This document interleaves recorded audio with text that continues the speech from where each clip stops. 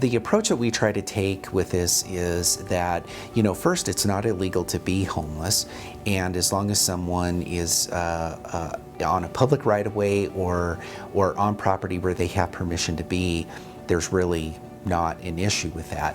The typical ordinances around loitering, creating disturbances, and those kinds of activities we can enforce on. But writing a ticket doesn't fix the problem. It often just creates a cycle of unaffordable fines, missed court dates, and arrest warrants. Instead, officers talk to the homeless about available resources to help get them off the streets. A lot of people in our community are compassionate toward the homeless, but equally, we hear as much frustration and sometimes anger from people. The issue is much more complicated than just the visible homeless individuals in Old Town. So we will find homeless families in their cars in parking lots or maybe just off of main streets in a neighborhood where they can be less visible. I think that there is some fear about their kids being taken away, but just simply by the nature of the fact that they're homeless doesn't make that a crime or a reason in and of itself for children to be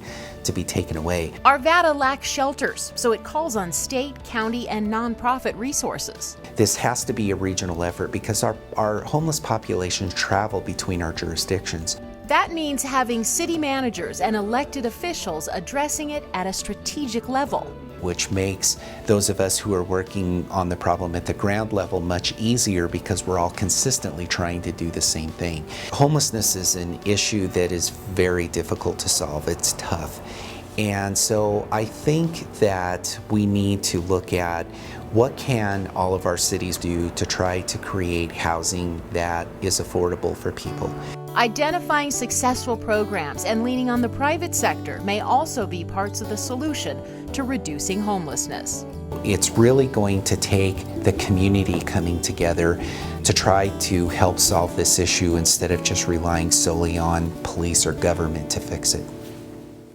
Thanks to collaborative efforts between the Severe Weather Shelter Network, the City of Arvada, area churches, and others, many facing homelessness may have a place to go on the coldest nights of the coming winter in Arvada. Beginning December 1st, homeless individuals will be able to gather on designated extreme cold weather nights and be taken to one of 3 Arvada churches that have agreed to provide overnight sheltering.